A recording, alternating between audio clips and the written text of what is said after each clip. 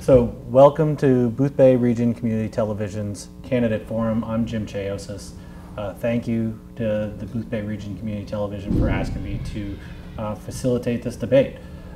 Tonight, State Senate District 13 candidates Chris Johnson and Les Fossil will discuss issues raised by the community. Questions for tonight's debate were emailed to Boothbay Region Community Television by community members. From the questions sent to us, we then drew a random subsample of questions for this debate. The forum will open with a 2-minute opening statement from each candidate. We've already decided who will go first and who will go second, and then we'll alternate afterwards. Then I will ask the Senate candidates questions from which they'll have 2 minutes to respond. Candidates will also be allowed 1 minute to rebut their opponents if they choose. Then each candidate will be allowed to ask his opponent a question. Rebuttal and response to the rebuttal will be allowed. The question format will conclude with a lightning round of yes or no, 15-second response. To conclude the forum, each candidate will be allowed a 2-minute closing statement. To begin the program, I'd like to introduce each candidate and give them an opportunity to make their opening statement. Les Fossil of Alna is running as a Republican for Senate District 13. Les has his own business restoring old houses and served 2 terms in the Maine House. Incumbent Senator Chris Johnson of Somerville is running as a Democrat for Senate District 13. Johnson was elected to the state Senate in 2010 in a special election to replace David Trahan, and re-elected in the general election in 2012. Senator Johnson, please start us off with an opening statement. Thank you, Jim. Hello, and thank you for inviting me to this opportunity to inform viewers where I stand on important issues. I settled down here with my wife in Lincoln County, built our home in Somerville together about 27 years ago, and raised our 2 daughters. In 2010, I became a grandfather and proudly have 3 grandchildren now, another due this past Monday. So I'm sure in the next few days we'll have another blessing in our lives. Years ago, I started getting involved in the community on the school board and moderating town meetings since 2001. And more recently, I've also been on the RSU 12 school board. In the course of the years, I've also been a leader in large and small businesses that I've worked in. And I take the responsibility of being your state senator seriously, working hard, listening to constituents, making myself available in monthly office hours, and getting things done and solving problems in Augusta. In the district for constituents, I also solve problems for small businesses, communities, and the constituents themselves. I'm a member of the Legislature's Education Committee, chair of the Marine Resources Committee, and chair of the Government Oversight Committee. I've been very effective across party lines in getting unanimous or nearly unanimous support for a number of bills. And as chair of the Marine Resources Committee, reporting out over 2/3 of our bills, unanimously agreeing on the disposition of those bills. I've stood up for what I believe after hearing all sides and deciding what's right for Maine people. Whether that means supporting a Republican senator's bill and disagreeing with committee chairs in my own party, or giving up my own GMO labeling bill and joining with a House Republican who had a similar bill so that we could work that together and make sure that we got the job done for the good of Maine people. Thank you, Senator. Mr. Les Fossil, please give us an opening remark. Well, thank you for inviting us, and hopefully everybody will come away with this better informed than when we started. I'm Les Fossil. I've probably best known for running a local business for the last 33 years, restoring old houses, and I've done it all over the community, including right here. The one we're doing right now is trying to find a way to save the Kenniston Hill Inn, and I think we'll make it. And so I do those kinds of things. I'm also president of the DuPonte String Quartet, and we play down here regularly, both at the gardens and also at some of the local churches. I'm on the treasurer of the County Planning Commission, and I work through the communities on that. In Edgecombe, I'm treasurer of the Deck House School, been treasurer for 30 years now. I've lost track. I'm on the Spectrum Generations Board, and we're heavily involved down here, as we are with the Elder Care Network, another board I serve on. I'm on the St. Andrews Community Committee. We're trying to figure out a way to heal the wounds that were caused by the closing of St. Andrews. And you say, well, why from Alna are you on that committee? Well, you've got to understand that we're in this together, and until we figure out a way to come to consensus with our problems, we're all going to fail. I also serve on the County Dental Board. If you think we have problems with health care, you ought to see the problems we have providing affordable care for kids and elderly and low-income people with their teeth. I was chair of the Moderate Caucus. I was invited by a Democrat to chair the caucus. I served on the Health and Human Services Committee, the Insurance and Financial Services Committee, the Government Oversight Committee, where we got the Turnpike Authority back under control, served on the Judiciary Committee, and the Joint Select Committee on Healthcare Reform. We started before the Affordable Health Care Act, knowing we had problems. I've been author of a number of major bills. I'm a former, actually I'm still a fireman, but I don't do it anymore. I was president and assistant chief of the Alna Fire Company.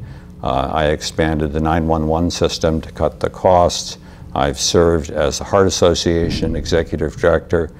I'm an award-winning educator.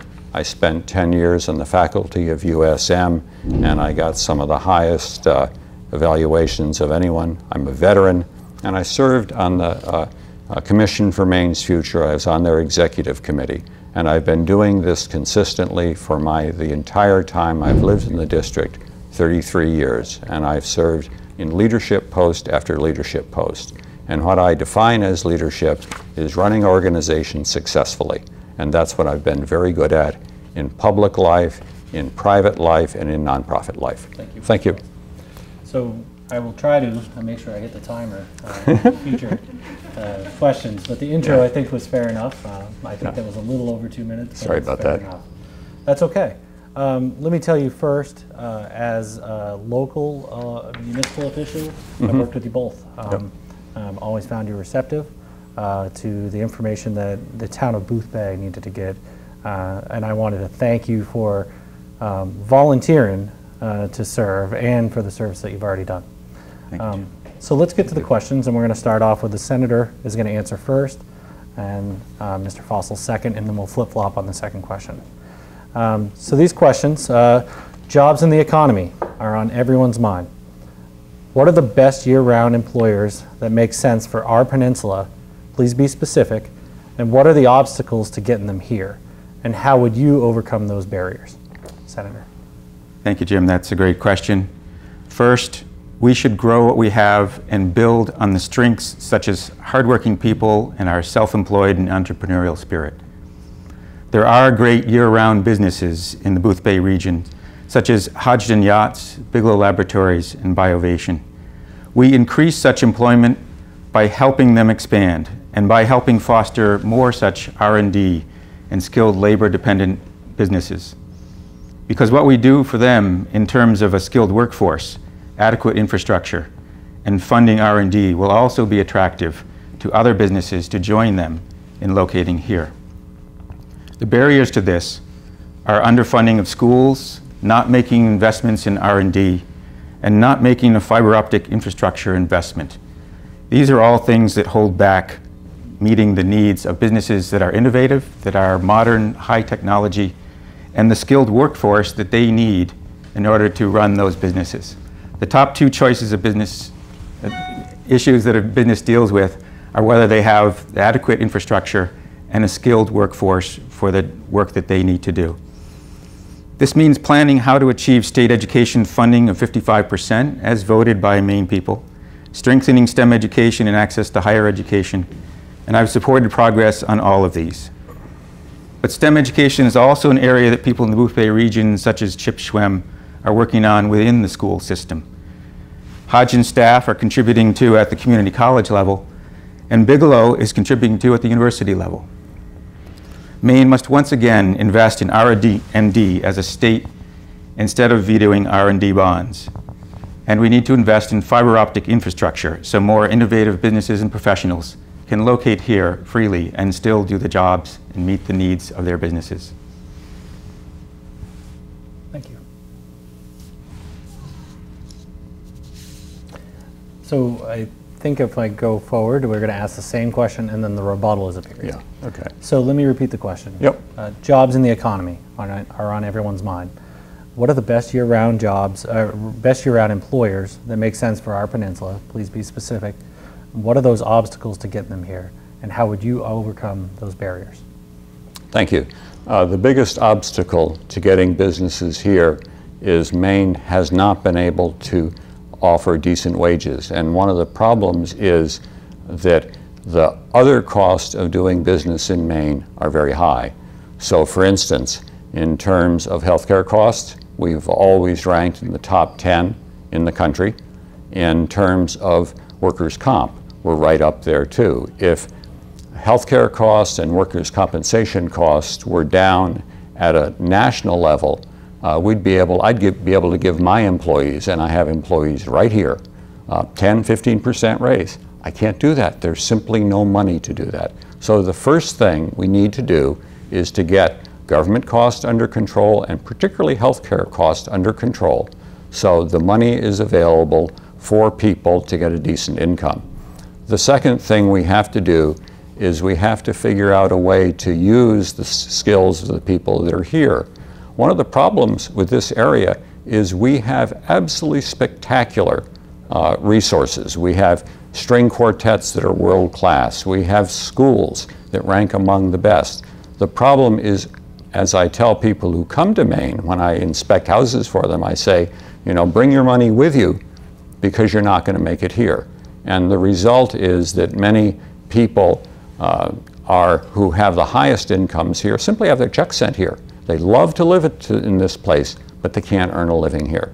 So what we need to do is to figure out a way to take those skills and provide appropriate jobs for them. And we have not been able to do that. And the problem is that at election time, we always say, well, we're for small business, we're for more business, whatever. The group that studies that is the Maine Economic Research Institute, and they use the same things they use statewide. My opponent ranks second to last in business friendliness, and that's just reality. Thank you, Mr. Fawcett. Yep. Opportunity for rebuttal, Senator. Well, I guess I'd like to start with asking Les how you intend to get healthcare costs under control, and if you can do that with your approach of getting costs under control before we expand Maine Care. That flies in the face of what the hospitals themselves have said about preventive care being the important aspect of getting healthcare costs under control. Because there are many Maine people, 70,000, that expanding Maine Care would provide access to preventive care for. And I don't understand how you can expect to get costs down without getting people into preventive care, and that doesn't make sense. I would like to comment on the Mary rating, and they rate things like minimum wage, I believe. And that's something which, thank you. Is that the case? I don't know, you'd have to look through it. Right, so they're looking at it from a perspective of the Maine Chamber and what position they've taken on bills, and I'm familiar with what their stand is. But it's not actually an economic analysis. Minimum wage, for instance, is something which, if you look at it economically, the states in the United States that increased minimum wage in January of this year actually have stronger patterns of job growth than those states that did not increase the minimum wage. So the presumption that not increasing minimum wages is business friendly doesn't make sense when you look at it from an economic standpoint. Thank you, Senator. Okay. I had a direct question. I think the Booth Bay Region Community Television audience would probably like to see a quick answer to the Senator's Sure. And I think there were really two direct questions there. The first thing I'll do is refer Chris to my op-ed piece in the Lincoln County News, which also appeared in the Bangor Daily News, about how to do this. And the problem is, while in a perfect world, I'm sure that Chris would like only Democrats who agreed with him on the committee, and they'd all vote with him. But if we're going to solve problems, we have to look at it from the point of view of the other side. So we've got on one side, we've got the Democrats who want to, regardless, expand Medicare. And on the other side, we've got the governor and some of the more conservative legislators who say they won't do it in any case. So what's the common ground? And what I've been doing is finding the common ground. And that is, if the Democrats want to expand Maine Care, then the trade-off is cutting healthcare costs. And I introduced a bill in 125th to create a joint select committee on healthcare costs, passed unanimously. They didn't fund it. We need to go back to that. We need to fund it. And incidentally, the op-ed piece was vetted by the local hospitals, and they agree with those points of view too. Thank you, Mr. Fossil. Okay, we're going to move on to the next question, and hopefully everybody's okay with me ad-libbing a few of those. Sure. I think it's healthy Yep. debate. The second question, and we're going to flip-flop to who goes first. Yep. So Mr. Fossil first. Tourism is Maine's largest industry, and tourism depends on a healthy and intact natural environment. Yep. How do you propose we encourage and maintain the balance between land and wildlife conservation and economic development? I don't think there is a controversy or a division between those two. Maine's tourism is built on ecotourism. We would be fouling our own nest if we didn't do that. That being said, we need to figure out ways that we can improve ourselves. So for instance, I serve on the, and have been working hard to get more of our vegetable wastes recycled, both for the farmers and for the environment.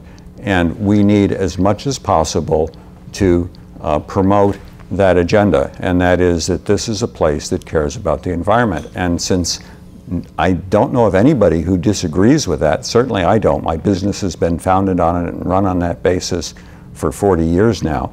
I don't think it's a stretch. The question becomes, how can we have the tourism season go longer? Because what we have now is people trying to earn a living when people show up for 3 or 4 months on Boothbay Peninsula, and you can't do it. We need year-round jobs, we need a year-round economy, and that's not the tourist economy as it is now.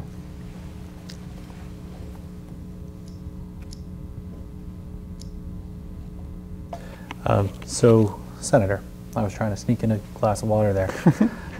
Senator, same question, and I'll repeat the question.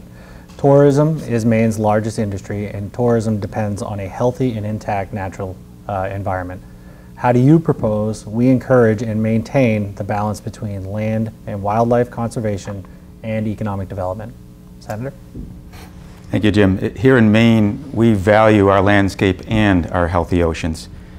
Our coastal communities can't be a museum, but they can't be a strip mall either. We need balance. And economic development can go hand in hand with conservation. We need both. Here's an example.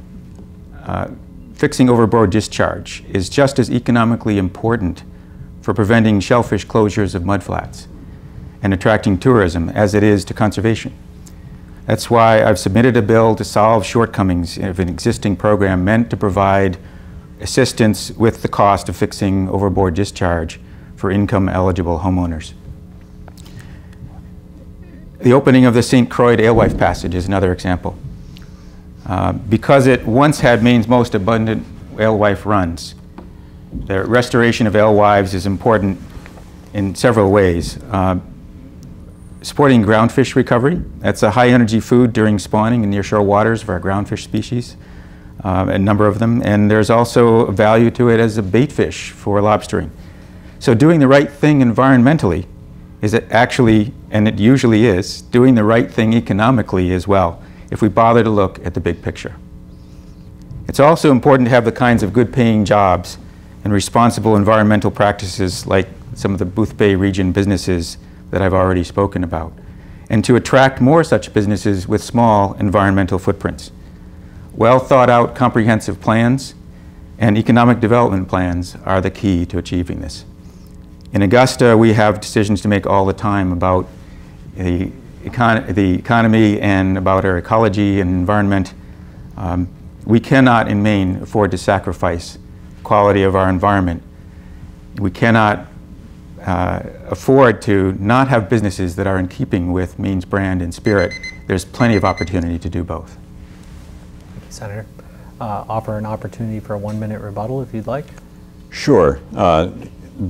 Basically what we're saying here is we agree on this, and what you will find overwhelmingly among Maine politicians or leaders when we're off camera and we're not campaigning is a lot of these things we do agree on, but there's nuance, and the nuance, if you're me, is we first figure out how to pay for these things. If we can't pay for them, if we can't find a way to make the numbers work, then it's simply not going to go forward.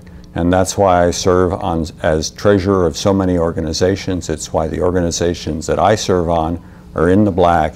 And so we both make economic sense and environmental sense. But if you make promises you can't pay for, it's another way of getting people so they don't trust their government because we don't meet the promises we've made. Thank you. So the third question, we'll start with the senator. Sorry, do I have a chance for rebuttal? Rebuttal on a rebuttal? I think that's fair. Let's do 30 seconds on that. All right. Thank you. First of all, I agree with Les that we are, in part in agreement on this. We both value the environment, and we both value the economic impact of decisions made in Augusta. I think we differ as well on, Les spoke of things that we can afford to pay for. Sometimes the decisions we make are about the things that we cannot afford not to do.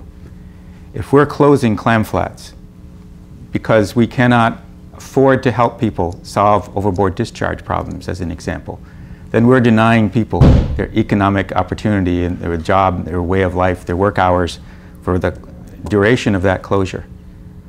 We have to find a way to address it, not only for that sort of reason, because it's also a contributing factor from the nutrient loading, the nitrogen going into our coastal waters, to the ocean acidification, which is a grave threat to our shellfish. So I agree, we have to figure out how we're going to pay for what we plan to do, but sometimes we have to make it a priority to pay for things that will have greater costs if we don't. Thank you, Senator. We appreciate their time and patience while the basketball players play behind us. As long as it doesn't come through the wall, we're all set. I think we're safe. So the next question, we'll start with the senator first. That's correct, right? I guess it's whatever. You're fine. The marine fishing industry continues to suffer declines. What do you see as the future of commercial fishing in Maine, and how can you as a legislator keep that, help that industry survive? Thank you, Jim. And that's a really important question for this district. And not only the coastal towns, but people who have been forced to move inland who still make their life on our oceans. The marine industry, if we wisely learn and act proactively, we can increase the diversity of our healthy species, focus on sustainable practices, and work to increase the economic value derived from the marine resources in Maine. That means more dollars to take home and pay the bills with for our fishermen. The things we can do. Well, we have to help fishermen get better prices. That comes from influencing consumer demand and expectations. We have to preserve working waterfront, so there is always a place for a fishing way of life. We need to help fishermen engage in aquaculture, and such as oysters and seaweed and other alternative products and income that help bring back some of the options that fishermen have lost, as many of our fisheries have been challenged, and they don't have as many choices of ways to make a living when there's trouble with one of the fisheries anymore. We have to try and bring back some more of those kinds of options for fishermen. I led the opposition in the Senate to legalizing dragged lobster bycatch. In other words, I fought against that. And our lobster industry has been kept strong by sustainable practices. We can't afford to condone targeting of large lobsters that are significant brood stock for a lobster fishery. We have some large-scale threats that we need to deal with. Every fisherman or woman has seen changes in the ocean. And we are in times of change where there are warming ocean temperatures, early lobster shedding, and shifting ranges of different species. We need scientists and fishermen to work together to understand how our marine ecosystems are changing so we can adapt and mitigate harmful effects. Thank you, Senator. Mr. Fossil, same question. I'll repeat it again. Sure. The marine fishing industry continues to suffer declines. What do you see as the future of commercial fishing in Maine, and how can you as a legislator help that industry to survive? Okay.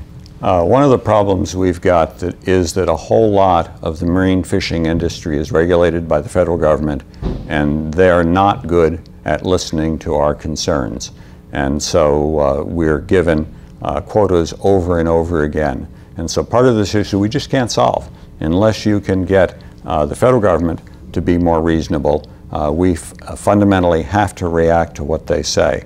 What we can do is we can, and a lot of what Chris said again is spot on. But there's things that we can do that we have not been doing. For instance, we had a problem with lobster processing going to Canada and having it happen there. And the problem is that the state government is often reactive rather than proactive. And so after this was a problem, we said, gee, what we need to do is to encourage lobster processing. Well, guess what? The lobster processing people from Linda Bean Jones on through were already doing that. It was really too late for a bill at that point. What we did need to do and do need to do is make our loan programs and our programs that encourage businesses to develop more consumer friendly, because many businessmen simply look at the paperwork that's involved and they say, well, I can run my business or I can fill out forms, and they just don't have the time. I can tell you, since Chris brought up the lobster bycatch bill, I can tell you what I won't do and what I've never voted for, and that is late bills that come in at the end of the session are almost always bad bills. And if I am chair of a committee like Marine Resources, I would quit as chair before I allowed that bill in. And if such a bill was to come in under my protest, the first thing I would do is tell the lobstermen about it so they could react. Thank you.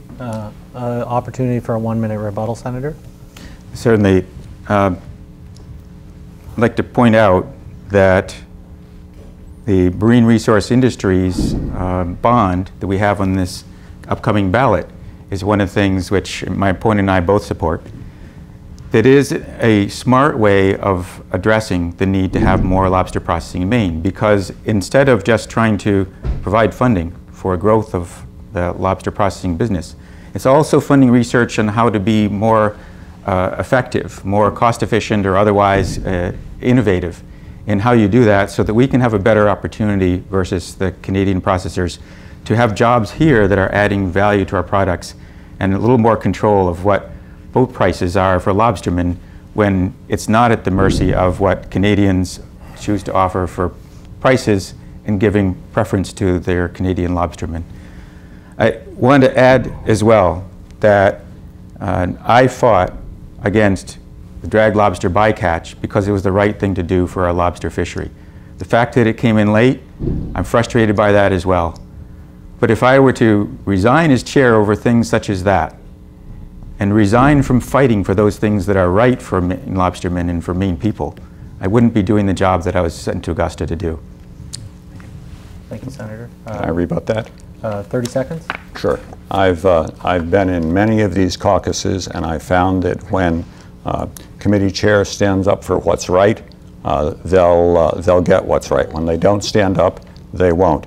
The problem with the Canadian fishery and the Maine fishery is we fish for lobsters at different times. And so we've got to find a way to cooperate with each other, because a lobster processor who only operates 6 months of the year gets right back in the same thing we have now, and that is part-time jobs when you've got a full-time life. Thank you, gentlemen. Yep. Next question, and we'll start off with Mr. Fossil. Yep. What do you see as the most critical problem facing our communities in the next 2 years, and how would you deal with it? The most critical problems that we have is we simply have more needs than we have money. And it gets back to the only thing out there that we're spending significantly more money on than we should be is healthcare. So it's something over 20% of our economy is healthcare.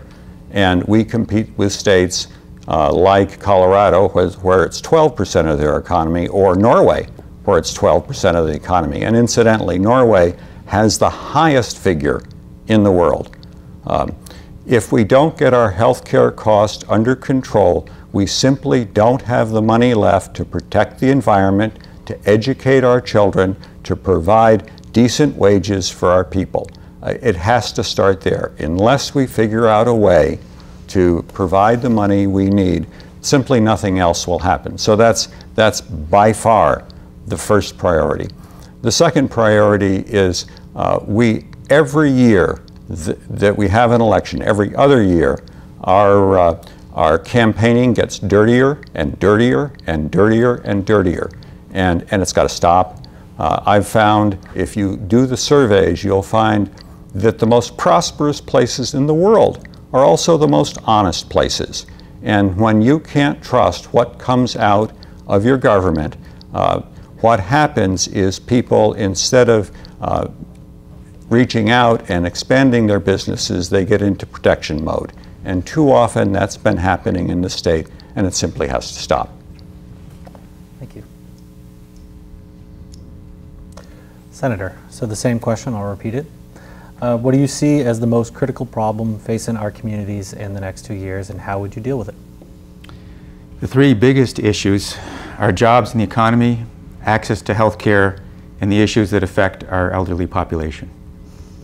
On jobs in the economy, we need to do the things that I spoke about earlier for improving year-round job opportunities. Remember, the first two things that companies look for in deciding where to locate or whether to expand is whether there's a capable workforce and whether there's sufficient infrastructure. We also need to increase the minimum wage so that families earn enough to support their family. The minimum wage has increased 30 times over the years, but has not increased in 5 years. So while the cost of living has gone up 9%, and gas and eggs and beef prices have risen over 30%, the wages that people earn on minimum wage jobs have not gone up. In terms of access to health care, in these cost-conscious times, some healthcare services are being curtailed, and costs of uncovered Maine people are treated as unreimbursed care, which only shifts those costs onto the rest of us, driving costs up. Expanding Maine care is one important thing we can do that helps on several fronts. Ensuring 70,000 more Maine people, including 3,000 veterans, that will have a doctor and preventive care, and in the process create both directly and indirectly 4,000 jobs. And we don't have a problem paying for this. Democrats and a number of Republicans did join in supporting Maine care expansion. Maine Hospital Association supports it, Lincoln Health supports it, doctors support it. There are lots of groups in the state of Maine that understand the economic impact and the importance of access to health care that support Maine care expansion, because it adds more than $250 million in federal money to fund this effort at 100% initially and phasing down over several years towards 90%. This is something we can afford to do, and we must do it. I have a moment to touch on elderly, since I brought that up. Things that we need to address for the elderly are affordable housing so that they can be able to stay in their homes. In this past session, we doubled the maximum benefit on the property tax fairness credit, one of the things that can help them do so. We need to strengthen, not underfund, the in-home and medical services such as drugs for the elderly and Meals on Wheels, things that the governor proposed cutting, and we reached agreement with more than 2/3 of the legislature to pass a budget that did not do that, that had smarter priorities for Maine people. Public transportation is an obstacle for some elderly, and the state needs to work on a comprehensive transportation plan. Thank you. Thank you. Yeah. Well, I get a longer time to talk too, I guess. We'll try to keep it within a minute, please. Okay, sure. Let's start with elderly, and let's start with how I conduct my life and this campaign. And that is, not only am I violently and successfully opposed to negative campaigning, but I've been doing positive campaigning, and as I do, a positive impact in life. So at my own cost, in my campaign, everybody got an elderly services guide. I'm happy that Chris has done some of these things, because Meals on Wheels, I'm one of the people who is on that board. If you're talking about services for the frail elderly who cannot live alone, that's our group here in Lincoln County, and I serve on their board too. The problem is that the state, both in Democrats, Republicans, administrations, and independent administrations, are not paying the bills. And so we have minimum wage workers, or barely over minimum wage workers, who work here, and they work for the love of it, but we've got to reward them. Just like in the schools, it's obscene that we have among the highest educational costs in the country, and we have among the lowest teacher wages in the country. We're spending money on the wrong things, and it's got to stop. Thank you. Would you like to take 30 more seconds? Sure. I'd like to point out first that I support increasing the wages for our in-home healthcare workers as well. It's one of the things that is an obstacle right now to having enough people doing that work to support our elderly living at home. But to suggest that Maine Care expansion wouldn't help with that misses the mark. More people having health care costs covered, more people getting health services with federal dollars is the sort of thing that drives costs down and makes what we need to provide to the people of Maine more affordable to our state. We'd be joining all the rest of the states in New England that have already done so. Thank you, Senator. I left off. We're going first with... So I don't get a rebuttal on the rebuttal on the rebuttal. No, I think okay. Those are very hard I could topics. do that. They're very hard topics. I Yep. appreciate you guys staying within the boundaries. I think we're doing pretty well. Yep. So the next question. State requirements for standardized testing and Common Core standards have been adopted using for-profit testing companies. And then schools are rated based on test outcomes. Under this regime, public schools have become increasingly focused on teaching to the test. What are your thoughts on state requirements for public education? Now, who's starting? Me? You are. Yes, okay, sir. good. I've served on union school boards. I have served on the faculty of the USM. I have served as an adult ed teacher. I serve as a treasurer of a school. Heck, my mother taught students, taught teachers at the college level. I understand all these issues.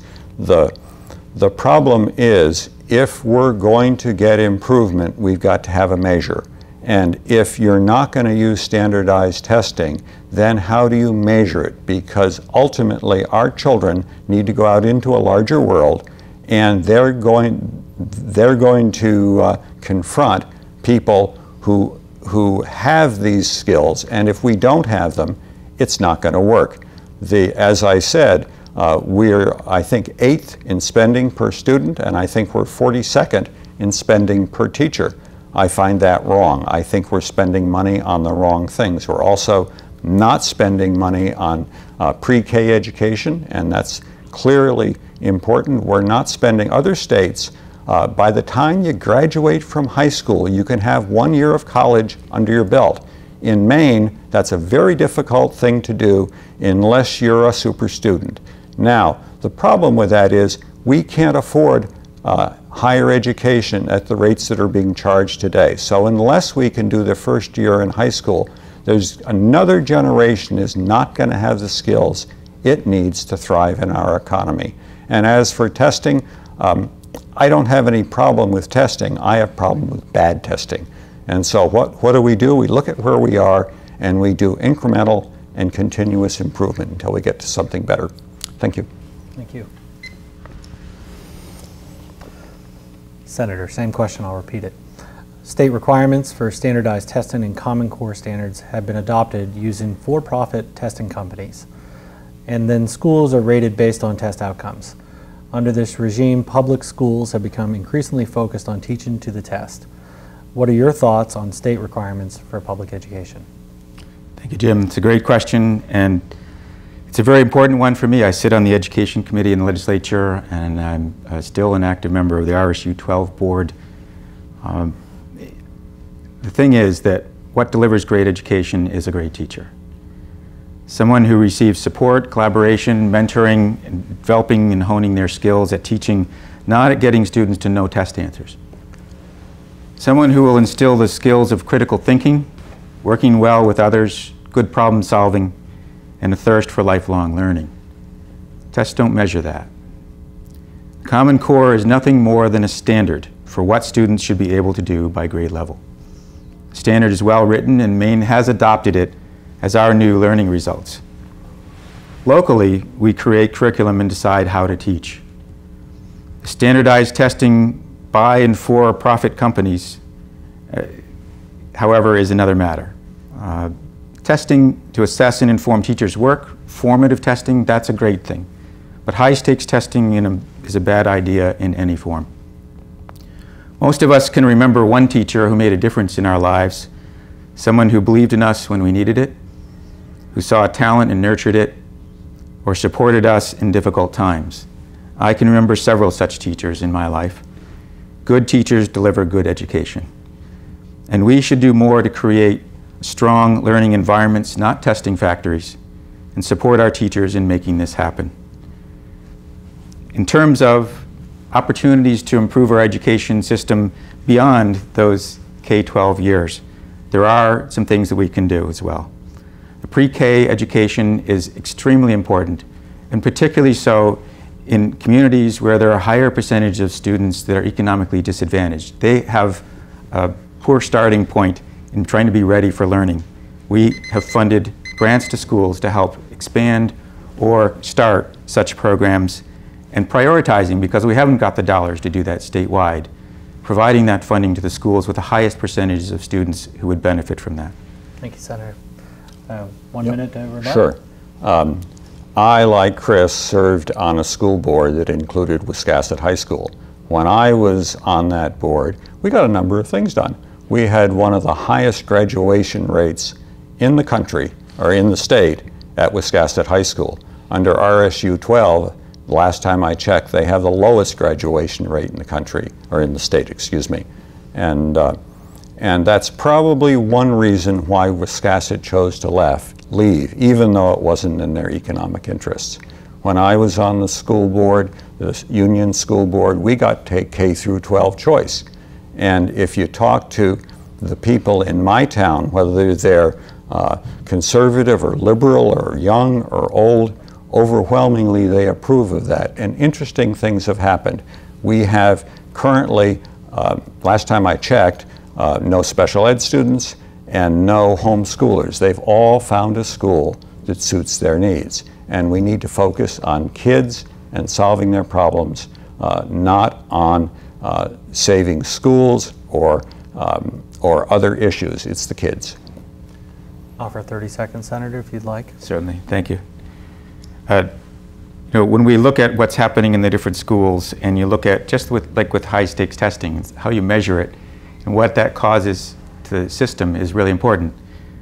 Part of Wiscasset's measurement on the graduation rate has to do with students that, in order to get properly proficient at what they needed to know leaving high school, actually took longer than the 4 years. Those are recorded as not graduating. The fact is, they're graduating a little bit later, and they're graduating with the knowledge they need to succeed after high school. We also have programs to help bridge that. The Bridge Year program is something to give students some exposure to college education while they're in high school still, so that they can learn that they actually can handle college learning and they can succeed. Thank you. So I think when the fact checkers are looking, they're going to find out that I probably stayed on the same person and entertaining the first answer. Not a worry. It'll all work out. I think we're doing pretty well. Yeah. So we'll move on to the next one, and we'll start with the senator on this question. So our region is afflicted with a multi-generational poverty, often linked to seasonal employment and/or addiction to alcohol or drugs. Mm-hmm. How might such poverty be most effectively addressed? Poverty has a way of taking away many kinds of opportunities. Choices other people can make are not options when you simply cannot afford them. We need to create opportunities for people to get out of poverty. I've already spoken about good paying jobs.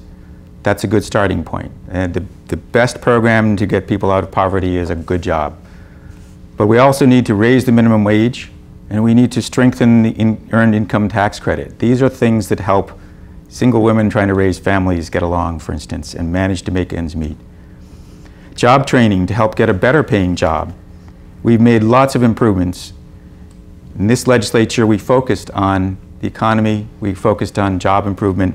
We had the Maine Workforce and Economic Future Committee, and out of that came changes to how training is made available in the workplace, grants to students to go back to college who have taken some college but not completed it while they're working and complete their degree.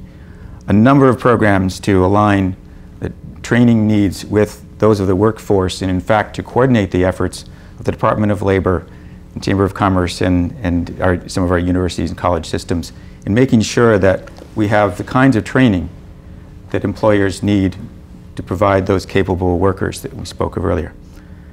We need more affordable housing, and the circuit breaker program or its replacement, the property tax fairness credit, these are things that make and break whether someone can afford to stay in a home. We need more affordable quality childcare options so that parents can afford to work. My wife and I help one of my daughters actually with their daycare and watching their child some of the days of the week, because between their other bills and paying the mortgage, both of them working, they still couldn't afford to make ends meet if they were paying for all of that daycare themselves. Okay. Mr. Fossil, I'll repeat the question. Sure. Our region is afflicted with a multi-generational poverty, often linked to seasonal employment and/or addiction to alcohol and drugs. How might such poverty be most effectively addressed? Okay.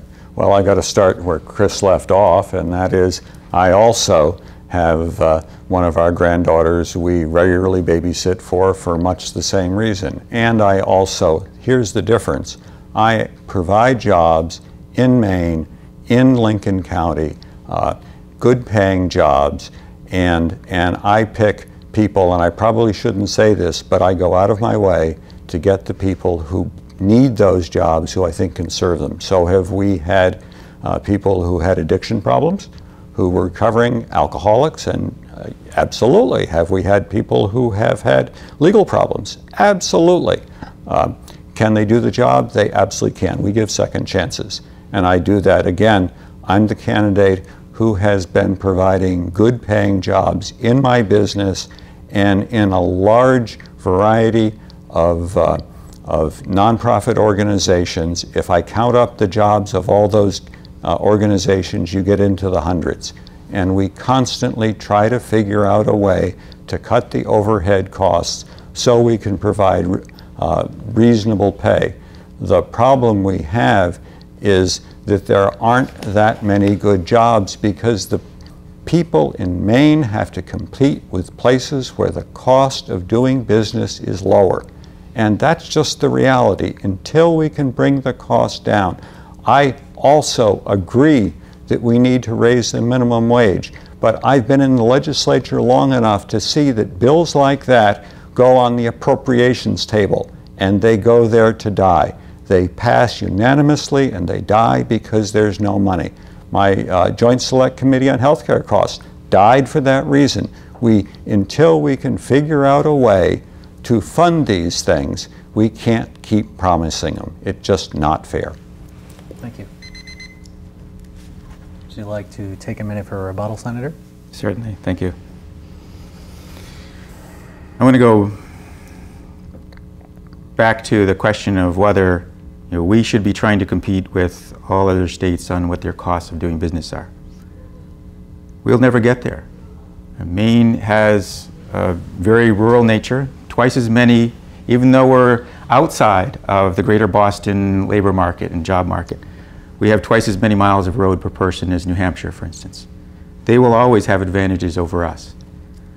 What we need to do in Maine is actually build on what we have for advantages. Create the kinds of jobs that utilize what we have for special places, for natural resources, for the ingenuity of our people that we're known for, and for the quality of the experience living here. If we can bring businesses here, or start businesses here, even better, that could be anywhere,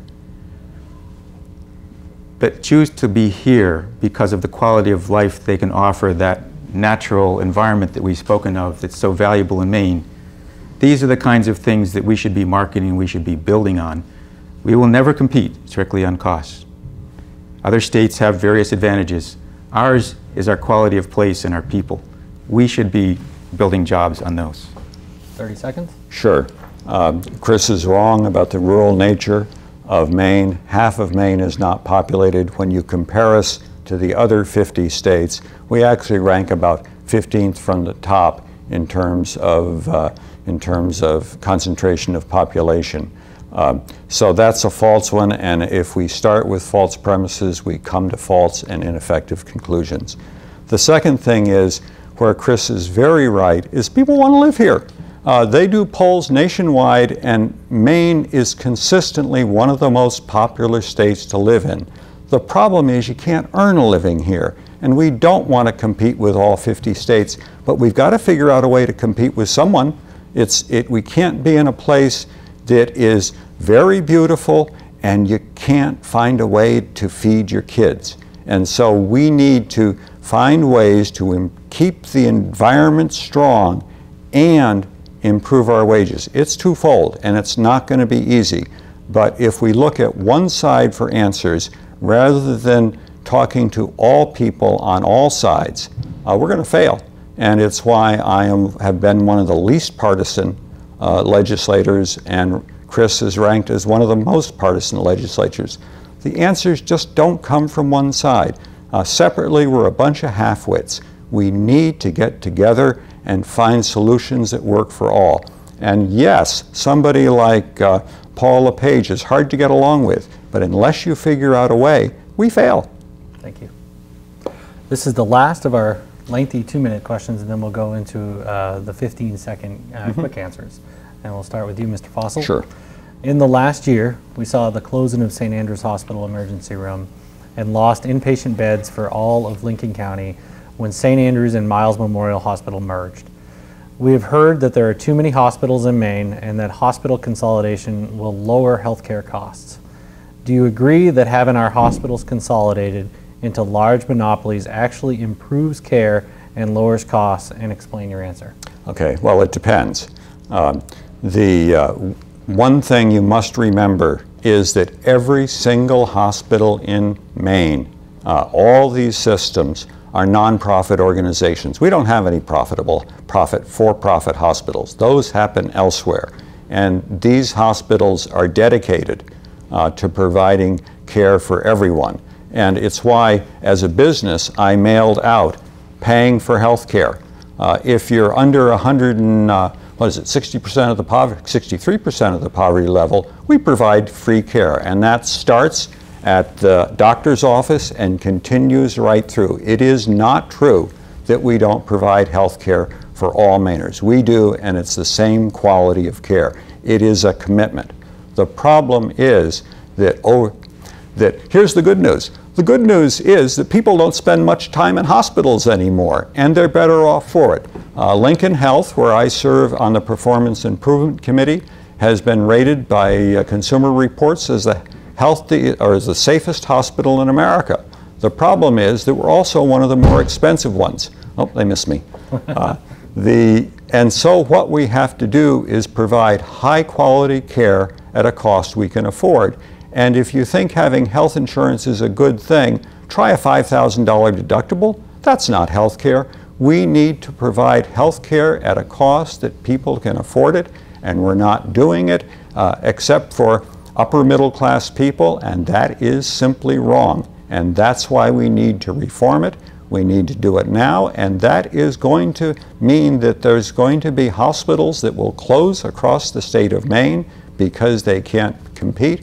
It means that the state of Maine has to pay a whole lot more attention to the cost of health insurance and health care costs than we have in the past. Thank you. Senator, I'll repeat the question. In the last year, we saw the closing of St. Andrews Hospital's emergency room and lost inpatient beds for all of Lincoln County when St. Andrews and Miles Memorial Hospitals merged. We have heard that there are too many hospitals in Maine and that hospital consolidation will lower healthcare costs. Do you agree that having our hospitals consolidated into large monopolies actually improves care and lowers costs? And explain your answer. I'm going to start by saying that what defines quality of care is not the size of the organization, but the range of services offered, the people delivering those services, and the outcomes, both quality and how well they meet the customers' or the patient's needs. I know this community and Lincoln Health have had a great rift over the change of licensing of St. Andrews. From a business perspective, the change made sense to Lincoln Health, and they have the legal right to make that decision. From a community perspective, the decision has created real hardship and great concern. But Lincoln Health isn't working in a vacuum. I don't think that consolidation guarantees either of these things. It really depends on what the organization does. Yep. And I want to point out, however, that Lincoln Health isn't working in a vacuum. If Maine had expanded MaineCare, there would have been a major cash infusion of $250 million per year funding primary and preventive care as well as hospital care. We could now be in a virtuous cycle of increased use of healthcare services and cost containment with people that currently are only waiting until things get serious enough that they go to the emergency room. We could be, instead of in a downward spiral, growing the number of beds, growing the number of people that are healthcare providers and the services available. This would be a good thing, both for Lincoln Health and for the communities, and not just Lincoln Health, but for hospitals and healthcare providers all around Maine. I think we should be focusing on how to try to get into that cycle in which, instead of shrinking what's available and hospitals seeing that they feel they have to, we're in a situation where we're growing the number of service providers and the number of services available to the people of Maine. And I think that expanding MaineCare is an important start to put us on that road. Well, if we survive the debate and the election, we may not survive the basketball game. I appreciate it to the viewers and being patient. 1 minute for rebuttal? Sure. I also agree with Chris about expanding MaineCare. The problem is that he failed. They couldn't figure out a way to do it. And I've talked to all the players, and I figured out a way to do it. So you can go with Chris, and you can fail again, particularly if the same cast of characters shows up in the legislature again, or you can vote me in, and you can use my proven problem-solving skills to do that. And so in terms of St. Andrews, as I've said before, this isn't just a peninsula problem. If we want to keep a hospital in Lincoln County with an emergency room in Lincoln County so we don't have to go to Brunswick for emergency care or Augusta, we need to find a way to work together. And that's why, even though I live in Alna, every month I came down to St. Andrews Community Committee to find a way to knit this together.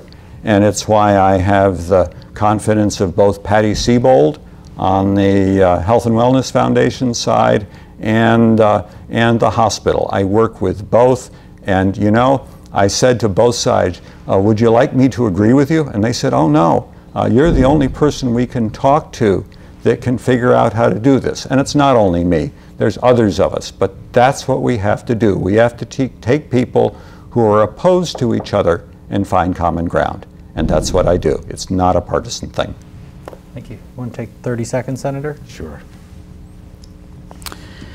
I find it interesting that my opponent chooses to categorize a failure to reach 2/3 to override what the governor opposed adamantly as a failure on my part.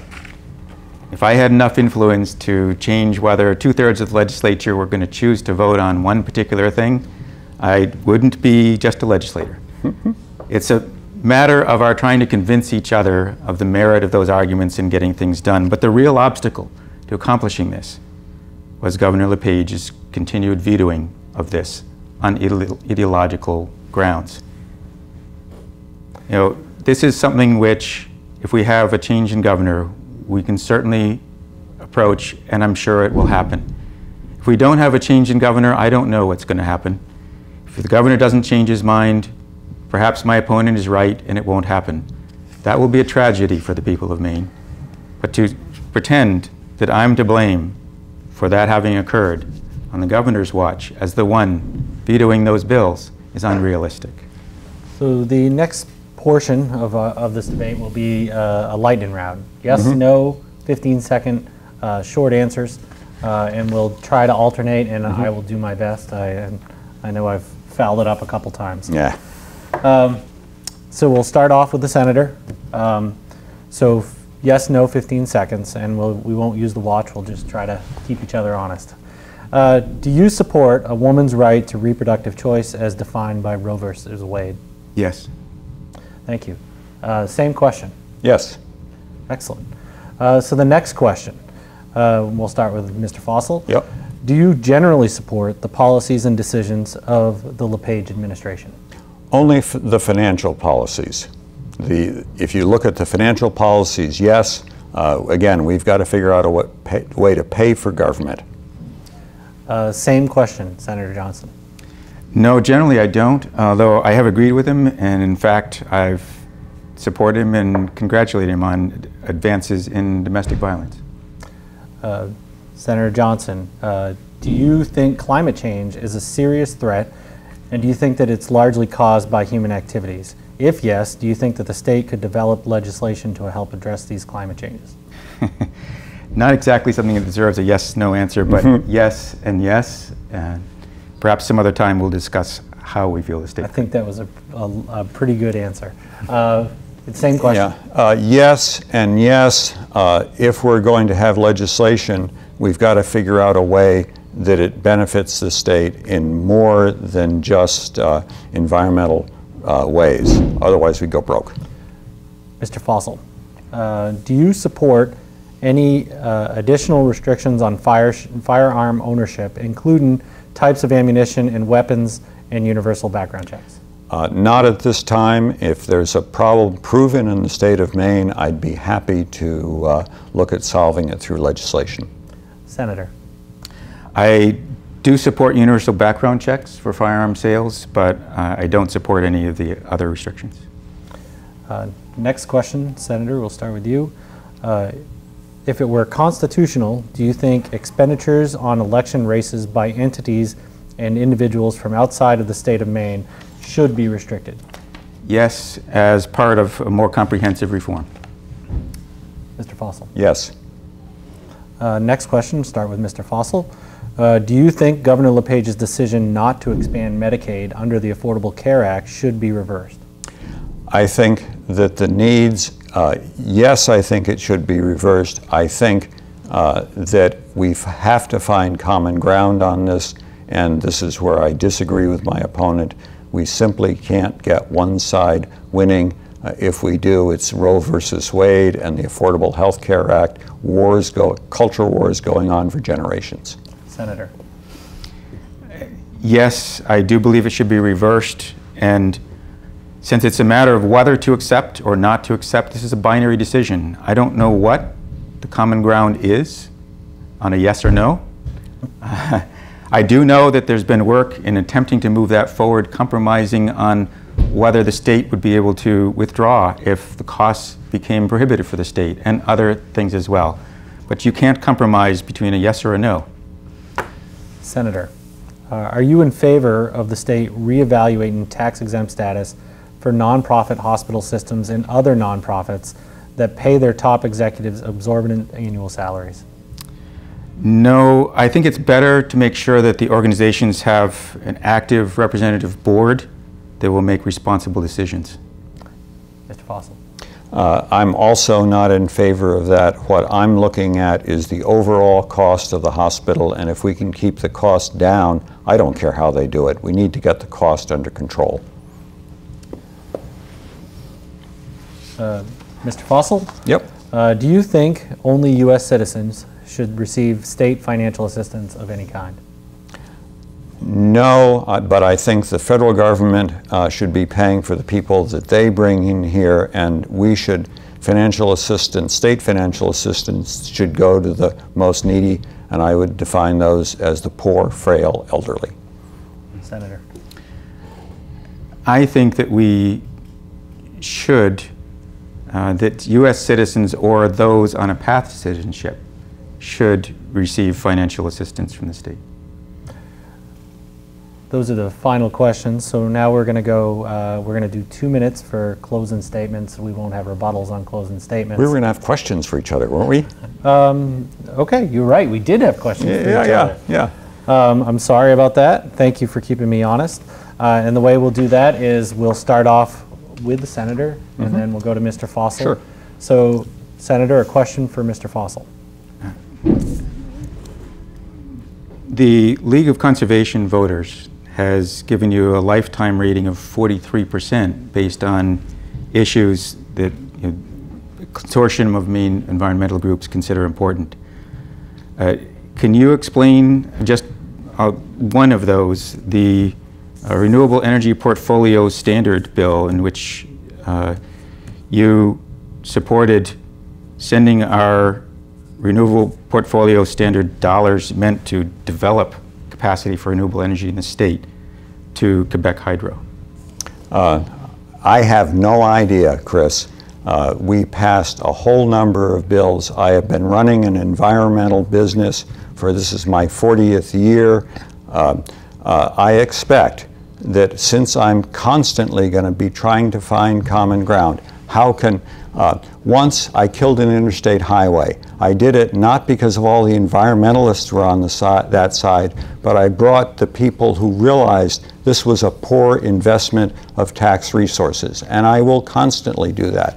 I will constantly take environmentalists and I'll say, hey, look, if we're going to go forward, we've got to figure out how to address the needs of the people who don't necessarily agree with us 100%, because otherwise what you have is ping pong governance. You go to one side and you go to the other and you never form a consensus.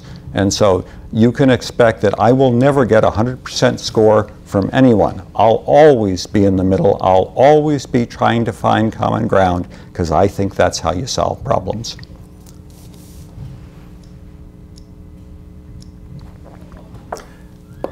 Mr. Fossil, would you like to ask a question to the senator?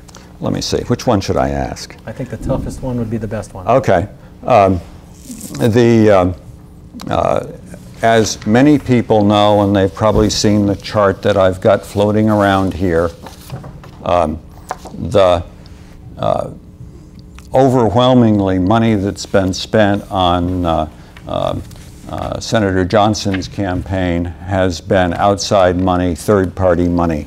That happened to me 12 years ago, and I told them, if you were going to do a negative ad, I was going to disenroll from your party. And as the result, there has not been a single negative ad on my side.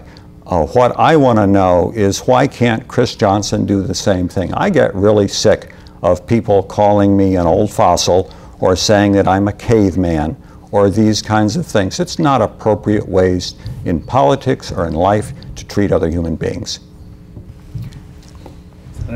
Thank you.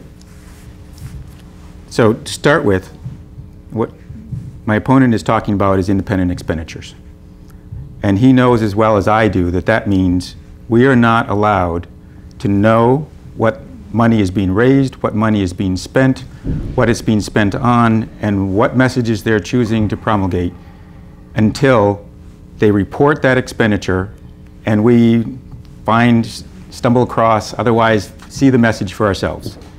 This is not something that we have control of. My opponent is misinformed regarding the nature of negative advertising against me.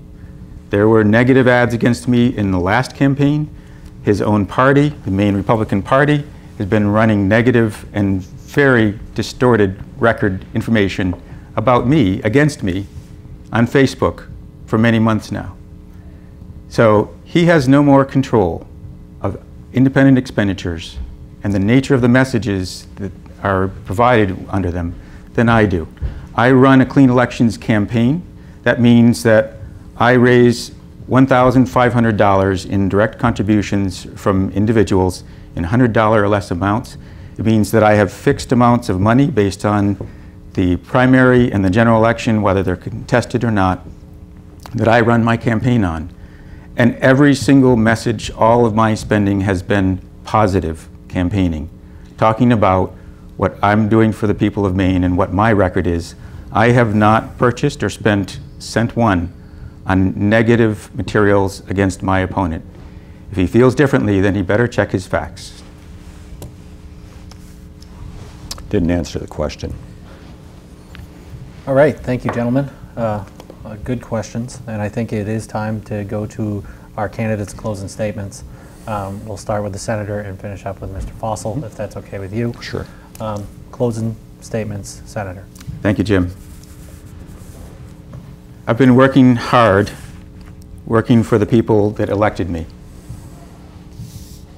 I believe that that's a responsibility to the people that elected me to office, to do things to make the work of state government something that they can trust once again.